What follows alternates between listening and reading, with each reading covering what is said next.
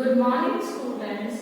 आज हम आपकी book development of Indian economy भारतीय अर्थव्यवस्था का विकास के chapter 9 environment and sustainable development पर्यावरण व धारणीय विकास के बारे में स्टडी करेंगे।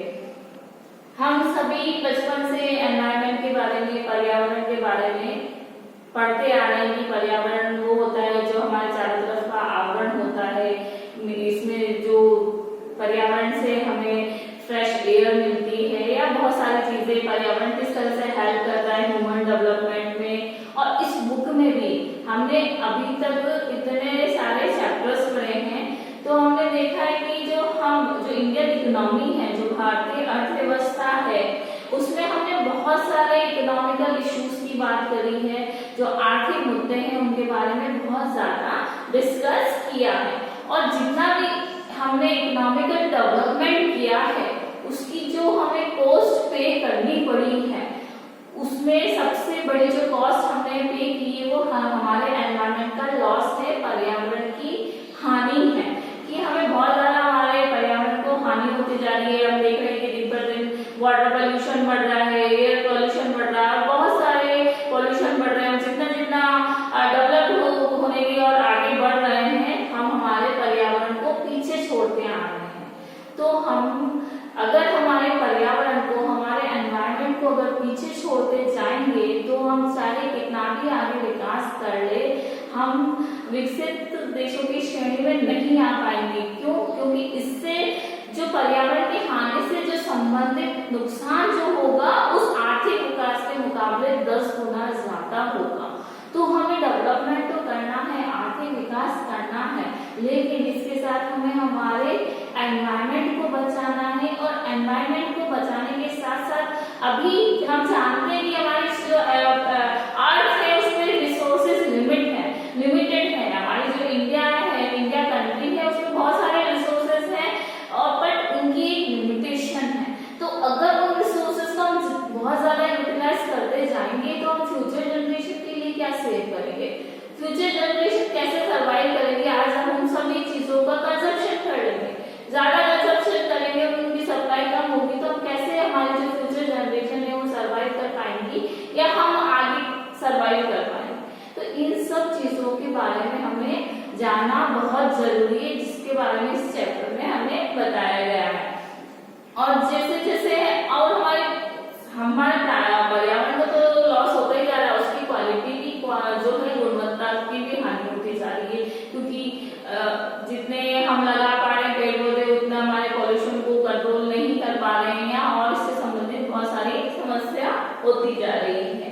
तो जैसे जैसे हम ग्लोबलाइजेशन की ओर बढ़ रहे हैं वैसे, और जैसे जैसे हम हाई ग्रोथ रेट की ओर बढ़ रहे हैं, जो हमारे पर्यावरण के प्रति जो हमारी अनदेखी है या अवहेलना है, उसके कारण हमारे पर्यावरण पे प्रतिकूल प्रभाव पड़ रहा है, बहुत ज्यादा उसका नुकसान हमें पड़ रहा है। तो हमें ये देखना है कि हम कैसे डेवलपमेंट तो करें, लेकिन उसके साथ हमारे पर्यावरण को भी बचा सकें।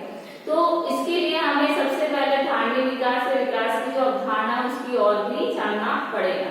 तो सबसे पहले हम देख लेते हैं कि हमारा पर्यावरण होता क्या है। बचपन से हम पढ़ते आ रहे हैं कि पर्यावरण परि प्लस आवरण से मिलकर बना है, जिससे हम कहते हैं चारों ओर का आवरण। लेकिन वास्तव में जब हम पर्यावरण की बात करते हैं उसमें क्या चीज है, तो किस प्रकार से हम पर्यावरण को परिभाषित कर सकते हैं।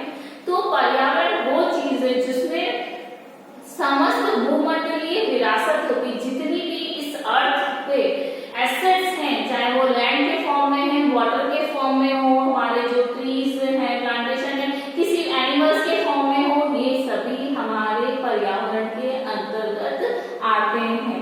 और इनकी टोटलिटी को, इंटीग्रेटेड रूप को हम पर्यावरण की परिभाषा के रूप में देखते हैं। तो एक बार हम वापस से इसे सुन लेते हैं कि पर्यावरण की समस्त जो भूमंडलीय विरासत है, इस लैंड पे हमें जितनी भी विरासत मिली हुई है, जिस भी फॉर्म में मिली हुई है, उसके इंटीग्रेटेड फॉर्म को, एकाग्र रूप को हम पर्यावरण की परिभाषा के रूप में परिभाषित करते हैं। इसके अलावा इसमें जैविक, इनमें कौन कौन से जो फैक्टर्स हैं इंक्लूड होते हैं, जैविक जिसे हम बायोटिक कहते हैं, और अजैविक शामिल होते हैं।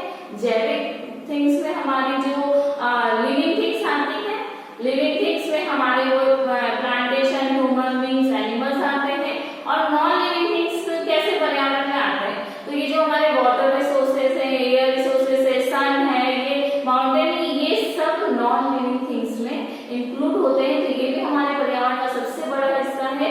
इन सबके ये सभी तत्व एक दूसरे को इफेक्ट करते हैं और हमारे पर्यावरण में सम्मिलित किए जाते हैं। इसलिए इस चैप्टर के अंदर जो है पर्यावरण के अंतर्गत हम non living things and living things, जो सजीव वस्तुएं हैं और जो निर्जीव वस्तुएं हैं के बीच के इंटर रिलेशनशिप के बारे में स्टडी करेंगे। अब हम पर्यावरण के कार्यों के बारे में थोड़ा सा देखते हैं। पर्यावरण के बारे में हमने अभी कुछ जाना है, हम जरा पर्यावरण के जो फंक्शंस है, कार्य हैं, उसके बारे में देख लेते हैं। तो वैसे तो पर्यावरण के बहुत सारे कार्य होते हैं, लेकिन जो एनवायरमेंटली जो होते हैं या पर्यावरणवादी जो होते हैं, उनके अकॉर्डिंग जो एनवायरमेंट के कुछ फंक्शंस हैं, उसमें सबसे पहला फंक्शन ये कि जो भी ये रिसोर्सेज की सप्लाई, संसाधनों की पूर्ति करता है, जिसमें रिन्यूएबल, नवीनीकृत एंड नॉन रिन्यूएबल, अनवीनीकृत। रिन्यूएबल मीन्स जिसका वापस से आप बना सकते हैं या उसका उत्पादन कर सकते हैं, और नॉन रिन्यूएबल मीन्स जिसका आप दोबारा से उत्पादन नहीं कर सकते, एक बार यूज में कर लिया तो उसका उत्पादन नहीं कर सकते। तो ये ऐसे संसाधनों की पूर्ति करता है जिसमें रिन्यूएबल एंड नॉन रिन्यूएबल दोनों प्रकार के रिसोर्सेस इंक्लूड होते हैं, दोनों प्रकार के संसाधन इंक्लूड होते हैं। वही बात है, रिन्यूएबल के बारे में हमने थोड़ा सा देखा कि नवीनीकृत संसाधन वे होते हैं जिसको हम समाप्त होने की आशंका के बिना, हमें ये डर नहीं रहता कि खत्म हो जाएंगे तो क्या होगा, उसके बिना इसकी निरंतर कंटिन्यूस सप्लाई बनी रहती है, इसकी पूर्ति निरंतर बनी रहती है। और जैसे कि वनों के पेड़, जो हम फॉरेस्ट के जो ट्रीज की बात करेंगे, एक पेड़ हमने यूटिलाइज किया तो इसकी जगह हमने दूसरा पेड़ लगा दिया, तो इसकी सप्लाई कंटिन्यूस बनी रहेगी। इसके अलावा जैसे फिशेस हैं या दूसरी जो ऐसी चीजें हैं रिलेटेड, जो कभी खत्म नहीं होती। तो ऐसे सोर्सेस जो एक बार यूज करने के बाद भी दोबारा जनरेट किए जा सकते हैं, ये रिन्यूएबल या नवीनीकृत संसाधन कहलाते हैं। गैर नवीनीकृत संसाधन या नॉन रिन्यूएबल रिसोर्सेज के अंतर्गत वे आते हैं जिनका यूज करने के बाद, निष्कर्षण करने के बाद, एक्सहॉस्टेड करने के बाद वो समाप्त हो जाते हैं, खत्म हो जाते हैं। जैसे हमारे जीवाश्म ईंधन है, जैसे गैसेस हैं या जो कोयला है, कोल है, ये सब क्या है, हम यूटिलाइज करते जा रहे हैं। धीरे धीरे हमारी जो पृथ्वी है, धरती है, उससे धीरे धीरे कम होते जा रहे हैं और फ्यूचर में अगर इसी तरह से हम इसका कंजप्शन करते जाएंगे तो वो खत्म हो जाएंगे। अब ये तो पहला फंक्शन था कि जितने भी रिसोर्सेज हैं, चाहे रिन्यूएबल हो, नॉन रिन्यूएबल हो, उसकी सप्लाई करना है। अब इसका दूसरा जो फंक्शन है कि ये अवशेष को संभालित कर लेता है, असिमुलेट द वेस्ट, कि जितना भी हम एनवायरनमेंट को यूटिलाइज करते हैं और उससे जो पॉल्यूशन होता है उसको वो ऑब्जर्व कर लेता है, उसको ग्रहण कर लेता है ताकि हमें नुकसान ना हो। ये पर्यावरण का कार्य है। इसके अलावा जो थर्ड जो इसका फंक्शन हम कह सकते हैं कि जो जेनेटिक होते हैं और जो बायोडायवर्सिटी, जैव विविधता वाले संसाधनों की पूर्ति करता है। इसके अलावा ये हमें सौंदर्य से रिलेटेड, एस्थेटिक सेंस से रिलेटेड भी कई चीजों को प्रस्तुत करता है। जैसे जो हम एनवायरनमेंट से ब्यूटीफुल नेचर देखते हैं, सुंदर जो दृश्य देखते हैं, हम कई बार परिवार के साथ बहुत सारे हिल स्टेशन में ऐसे नेचर वाली जगह जाते हैं जिसके दृश्य को देख के हमें बहुत खुशी मिलती है, तो ये सौंदर्यात्मक दृश्यों की भी पूर्ति करता है। तो इस तरह से नेचर हमें फिजिकली और मेंटली बहुत सारे जो फैसिलिटीज हैं वो प्रोवाइड करता है। और पर्यावरण जो एनवायरनमेंट है, इन कार्यों को बिना किसी ऑब्स्टिकल के, बिना किसी व्यवधान के तभी कर सकता है जब जिसके किसी कार्य की, इसकी जो धारण क्षमता, इसकी जो ऑब्जर्विंग कैपेसिटी है, वो इसकी कैरिंग कैपेसिटी के अंतर्गत हम कोई भी काम करें। ये इसका मतलब ये कि कोई भी हम एनवायरनमेंट की चीज को यूटिलाइज कर रहे हैं, रिसोर्सेज को यूटिलाइज कर रहे हैं, तो हमें उतना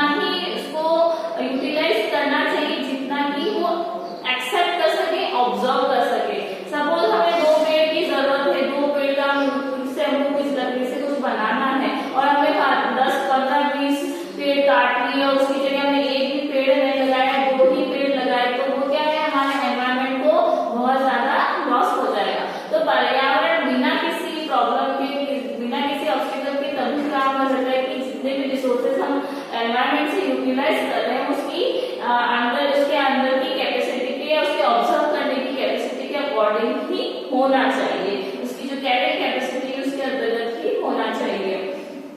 रिसोर्सेज का जो एक्सट्रैक्शन है, डिस्कशन है, मतलब जो यूटिलाइजेशन है, इनके जो इसका रीजनरेशन की जो दर है वो कम वो उससे अधिक नहीं होती, मतलब जितना हम जिसके रिसोर्सेज यूटिलाइज कर रहे हैं वो कम कर रहे हैं और उसकी रीजनरेशन पावर ज्यादा है, इसको पुनर् उत्पादित करने की जो क्षमता है वो ज्यादा है, तभी पर्यावरण एनवायरनमेंट बिना किसी ऑब्स्टिकल के अपने कार्य को कर सकता है। और ऐसा जब नहीं होता है तो जो एनवायरनमेंट है अपने फंक्शंस को करने में या अपने कार्यों को करने में असक्षम हो जाता है, इनकेपेबल हो जाता है। स्पेशली जो जो थर्ड फंक्शन हमने बात करी थी, जेनेटिक एंड बायोडाइवर्सिटी को करने में बहुत ज्यादा असक्षम हो जाता है, क्योंकि उसकी रीजनरेशन पावर से ज्यादा हम खर्च कर रहे हैं। अगर हम 2 पेड़ ही उगा सकते हैं और हम 10 पेड़ काट रहे हैं तो हमने जो एनवायरमेंट के रिसोर्सेज का यूज किया उसकी रीजनरेशन पावर से ज्यादा किया है, तो इससे पर्यावरण को नुकसान होगा और इसके जो फंक्शंस है वो प्रॉपर्ली नहीं कर पाएंगे और हमें एनवायरमेंट रिलेटेड बहुत सारे इश्यूज हो जाएंगे। और पूरे जो वर्ल्ड है उसमें यही सिचुएशन बनी हुई है कि हम ज्यादा रिसोर्सेज का यूटिलाइजेशन कर रहे हैं, बट उसकी जो रीजनरेशन पुनर्उत्पादन की जो क्षमता है, जनरेट करने की जो कैपेसिटी है वो बहुत कम है या कम हम कर रहे हैं।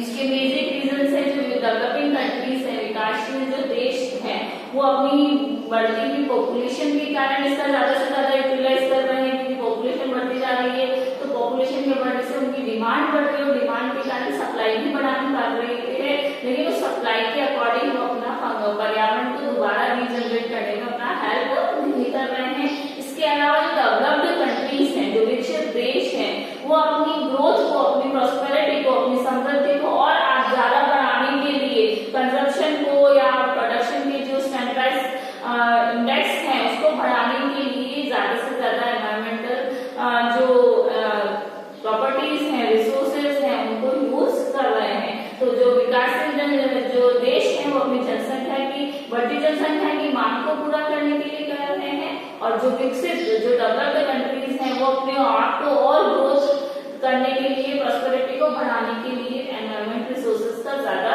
यूटिलाइजेशन कर रहे हैं।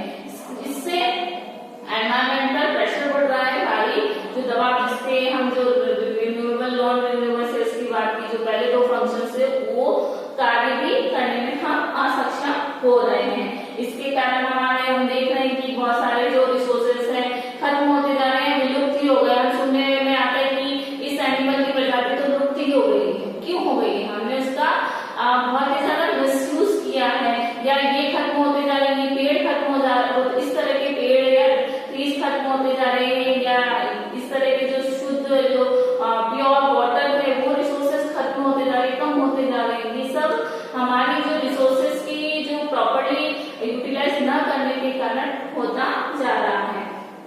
इसके अलावा जो हमारी जो जितना भी हम रिसोर्सेज को यूटिलाइज कर रहे हैं वो एनवायरनमेंट की जो अवशोषित क्षमता है, ऑब्जर्वेशन कैपेसिटी है, उसके बाहर कर रहे हैं। मतलब बहुत ज्यादा पॉल्यूशन कर रहे हैं, जिससे हमारा एनवायरनमेंट पहले हम इसके इतने सारे रिसोर्सेज को यूटिलाइज कर चुके हैं, और फिर जो इससे जो पॉल्यूशन रीजनरेट हो रहा है उसको एनवायरनमेंट एक्सेप्ट ही नहीं कर पा रहा, ऑब्जर्व ही नहीं कर पा रहा। और जब वो चीज एनवायरनमेंट ऑब्जर्व ही नहीं कर पाएगी तो किस तक पहुंचेगी? हम तक पहुंचेगी, इंसानों तक, ह्यूमन बींग्स तक पहुंचेगी, और इसके जो दूसरे लिविंग बींग्स हैं उन तक पहुंचेगी, जिससे कई तरह के जो एनिमल्स हैं, ट्रीज हैं, वो खत्म होते जा रहे हैं और हमारे हेल्थ पे इतना ज्यादा बुरा इफेक्ट हो रहा है कि आज छोटे से छोटा बच्चा कोई न कोई गंभीर बीमारी से ग्रसित पाया जाता है, जबकि पहले ऐसा हम नहीं देखते थे। तो हम बेसिकली कहाँ पर हो गए हैं? पर एनवायरनमेंट जो प्रॉब्लम है या पर्यावरण संकट है उसकी दहलीज पर आके खड़े हो गए हैं, क्योंकि हम बहुत ज्यादा पर्यावरण का निष्कर्षण कर रहे हैं, यूटिलाइजेशन कर रहे हैं, और इसकी जो रीजनरेट पावर के अकॉर्डिंग हम वर्क नहीं कर रहे हैं ये, और जितना यूटिलाइजेशन कर रहे हैं वो उसकी अवशोषित क्षमता, ऑब्जर्विंग कैपेसिटी के बाहर होता जा रहा है।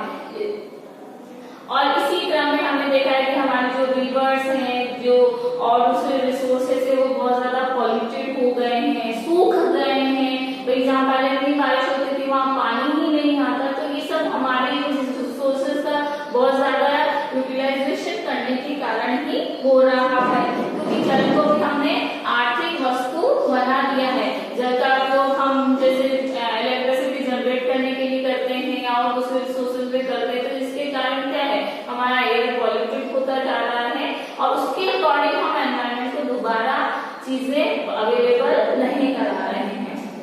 और इसके साथ ही रिन्यूएबल जो नवीनीकृत एंड गैर नवीनीकृत संसाधन है, renewable and non renewable resources हैं, वो उसका गहन और विस्तृत डिग्रेडेशन अक्षय होता जा रहा है। मतलब बहुत ही ज्यादा यूटिलाइजेशन के कारण वो खत्म होते जा रहे हैं, उनका कमी होती जा रही है, जिससे बहुत सारे रिसोर्सेज विलुप्त ही हो गए या खत्म हो गए हैं। और नए संसाधन और इसी के कारण हमें क्या क्या नए नए रिसोर्सेज की इन्वेंशन करना पड़ रहा है, खोज करनी पड़ रही है, नई नई टेक्नोलॉजी को यूटिलाइज करने के लिए नई नई टेक्नोलॉजी को डेवलप करना पड़ रहा है, जिसपे हमें बहुत सारा पैसा खर्च करना पड़ रहा है। क्योंकि नई टेक्नोलॉजी को डेवलप करना, रिसर्च करना उनके बारे में, उसके लिए हमें कितना ज्यादा एक्सपेंडिचर करना पड़ रहा है, कितना ज्यादा धन खर्च करना पड़ रहा है। अगर ये चीज हम अपने पर्यावरण को संसाधनों को देखकर उसका अगर यूटिलाइजेशन करते, उसका उपयोग करते, तो हमें उससे रिलेटेड संबंधित तकनीकी की उत्पादन करने की जरूरत ही नहीं होती। तो हमारा ये जो एक्स्ट्रा पैसा जो खर्च हो रहा है वो हम ह्यूमन डेवलपमेंट में या एनवायरमेंट को और डेवलप करने में लगा सकते थे। लेकिन हमारे मिसयूज के कारण, एनवायरमेंट की चीजों के मिसयूज के कारण हमें नई टेक्नोलॉजी को डेवलप करना पड़ रहा है, नए रिसोर्सेज को डेवलप करना पड़ रहा है, जिसमें हम बहुत ज्यादा पैसा खर्च कर रहे हैं और बहुत ज्यादा इसके लिए हम बाउंड हो चुके हैं, मजबूर हो गए, क्योंकि पर्यावरण से हम उतने संसाधन नहीं कर ले पा रहे हैं, हमारी जो इग्नोरेंस के कारण, हमारी अवहेलना के कारण पर्यावरण के प्रति। इसके साथ ही जो पर्यावरण का डिग्रेडेशन अक्षय होता है, उसकी गुणवत्ता की स्वास्थ्य हालत हमें भुगतनी पड़ रही है। मतलब जो पर्यावरण संकट आया है, पर्यावरण प्रदूषण जिससे हो रहा है, उसमें हमारे हेल्थ इफेक्ट हम खुद ही देखते हैं। अभी छोटे बच्चों को बीमारियां होने लग गई हैं, या दूसरी बहुत कम उम्र में लोगों को हार्ट अटैक आने लग गया है, या और कोई प्रॉब्लम हो जाती है, छोटे से छोटे बच्चे के चश्मा चढ़ जाता है। ये सब पर्यावरण के साथ हमें खिलवाड़ किया है, उसी के कारण होता है, जिसके कारण हमारे स्वास्थ्य की जो लागत है वो बढ़ती जा रही है। क्यों? और चूंकि हमने पर्यावरण के साथ खिलवाड़ किया है, तो हमारे पॉल्यूशन के कारण हमारे शरीर में तो कमी होती जा रही है और हमारा हेल्थ पे एक्सपेंडिचर भी बढ़ता जा रहा है। क्योंकि हम बीमार होंगे तो ऑब्वियसली हमें उस पर खर्च करना पड़ेगा। तो एक पर्यावरण के सही उपयोग नहीं करने के कारण हमें कितनी सारी समस्याओं का सामना करना पड़ रहा है। इसके अलावा जो वाटर एंड एयर रिसोर्सेज है, जल संसाधन और वायु है, उसमें रिसर्च के अकॉर्डिंग देखा गया है कि 70% जो जल है, 70% जो जल है वो पॉल्यूटेड हो गया है, प्रदूषित हो गया है, और इससे संक्रामक रोगों की बढ़ोतरी हो रही है। कम्युनिकेबल जो डिसीजेस होते हैं, संक्रामक रोग बढ़ते जा रहे हैं और इसके कारण हमारा हेल्थ एक्सपेंडिचर भी बढ़ता जा रहा है। जो विश्व पर्यावरण जो मुद्दे हैं, उसमें सबसे बड़ा जो एक मुद्दा है जिसे हम कह सकते हैं वैश्विक उष्णता का, जो ग्लोबल वार्मिंग की समस्या बढ़ती जा रही है। हम देख रहे हैं कि हमारे अर्थ का, एनवायरमेंट का जो टेम्परेचर है, जो पर्यावरण का, जो वातावरण का जो टेम्परेचर है वो धीरे धीरे इंक्रीज होता जा रहा है। इतना हाई टेम्परेचर रहने लग गया है, ग्लेशियर्स मेल्ट होने लग गए हैं, पिघलने लग गए हैं, ग्रीन हाउस इफेक्ट होने लग गया है। ये सभी हमारे पर्यावरण के साथ खिलवाड़ होने के कारण हो रहा है। ये हम डेवलपमेंट कर रहे हैं, लेकिन हम डेवलपमेंट में अपने पर्यावरण को पीछे छोड़ते जा रहे हैं, जो कि हमें रिसोर्सेज को अवेलेबल कराता है। इसके साथ ही हमने देखा है कि ओजोन जो लेयर है उसमें भी छेद होने लग गया है, तो हमारा जो अर्थ का टेम्परेचर धीरे धीरे बढ़ता जा रहा है, जो कि एक बहुत ही गंभीर बीमारी हो चुकी है। इसके अलावा जो पर्यावरण की जो नेगेटिव इफेक्ट्स है, उसकी अपॉर्चुनिटी कॉस्ट, असर लागत भी बहुत हो रही है। असर लागत क्या कि इसके कारण जो हमें दूसरी चीजों पर हमारी जो लागत बढ़ रही है, सिर्फ हमारे वजह से ही हुई है। तो हमारे हेल्थ एक्सपेंडिचर या दूसरे जो एक्सपेंडिचर है संसाधनों के उपयोग या टेक्नोलॉजी डेवलपमेंट में जो हम कर रहे हैं वो बहुत ज्यादा बढ़ती जा रही है। अगर हमें पर्यावरण को हम स्वच्छ रखते, स्वस्थ रखते, जितना उसका रिसोर्सेज का यूज कर रहे हैं उससे डबल रिसोर्सेज को जनरेट करते, तो हमें ये जो हेल्थ एक्सपेंडिचर है या जो दूसरे से रिलेटेड एक्सपेंडिचर है वो करने ही नहीं पड़ते, तो ये कॉस्ट उधर कम हो जाती है। लेकिन एनवायरमेंट के मिसयूज के कारण हमें इन संसाधनों पे ज्यादा से ज्यादा खर्च करना पड़ रहा है। और अब एक क्वेश्चन ये राइज होता है इन सब बातों से कि हम पर्यावरण का तो लॉस कर रहे हैं, पर्यावरण को हानि पहुंचा रहे हैं, लेकिन ये पर्यावरण को हानि क्या हमने अभी से पहुंचानी शुरू करी है, पहले से थी? तो इसके बारे में हम थोड़ा सा देख लेते हैं कि जब हमने हमारी प्राचीन सभ्यता की जब हम बात करते हैं, जो पुरानी सभ्यता थी हमारी या पुराना समय है उसमें हम बात करते हैं, तो उसमें हम देख रहे थे कि पहले जनसंख्या के अकॉर्डिंग या जनसंख्या में असाधारण वृद्धि हुई थी। उससे पूर्व जो जनसंख्या थी हमारी जनसंख्या कम थी और जो संसाधनों का हम प्रयोग करते थे उसकी मांग बहुत कम थी। जो एनवायरमेंट के रिसोर्सेज की जो मांग होती थी, जो डिमांड होती थी वो बहुत कम होने के कारण हम पर्यावरण संसाधनों का उपयोग अच्छे से कर पाते थे, जो कि हम उतना ही उपयोग करते थे जो कि उसकी अवशोषी क्षमता ऑब्जर्विंग कैपेसिटी के अंतर्गत होता था। पर्यावरण का यूटिलाइजेशन बहुत पुरानी सभ्यता से ही होता जा रहा है, लेकिन उस समय मांग कम होने के कारण हम जितने संसाधनों का उपयोग करते थे वो पर्यावरण ऑब्जर्व इजीली कर पा रहा था, अच्छे से कर पा रहा था, तो पर्यावरण को इतना नुकसान नहीं होता था। लेकिन धीरे धीरे हमने क्या किया है, हमने औद्योगिक इंडस्ट्रियलाइजेशन करना शुरू किया, हम आर्थिक विकास की ओर बढ़ने लगे, इकोनॉमिक डेवलपमेंट की और बढ़ने लगे, तो उसके कारण हमारे क्या एनवायरमेंट रिसोर्सेज की डिमांड ज्यादा हुई, मांग ज्यादा हुई और सप्लाई कम हुई, तो हमने क्या किया एनवायरमेंट रिसोर्सेज का ज्यादा से ज्यादा यूटिलाइजेशन करने लगे। लेकिन उस यूटिलाइजेशन के साथ हम उसका ज्यादा उपयोग करने के कारण उतना हम उसको रीजनरेट नहीं कर पाए, उसका पुनरुत्पादन नहीं कर पाए, जिससे पर्यावरण को बहुत ज्यादा हानि उत्पन्न हुई और पर्यावरण की समस्याएं उत्पन्न होने लगी। और पहले इसलिए नहीं था कि वो यूज तो करते थे, लेकिन एनवायरमेंट के ऑब्जर्विंग कैपेसिटी के अंतर्गत करते थे। लेकिन अब हम इंडस्ट्रियलाइजेशन के चलते और दूसरे आर्थिक विकास के चलते जो रिसोर्सेज का यूटिलाइजेशन हो रहा है और उससे जो पोल्यूशन हो रहा है वो पर्यावरण की अवशोषी क्षमता ऑब्जर्विंग कैपेसिटी के बाहर होता जा रहा है।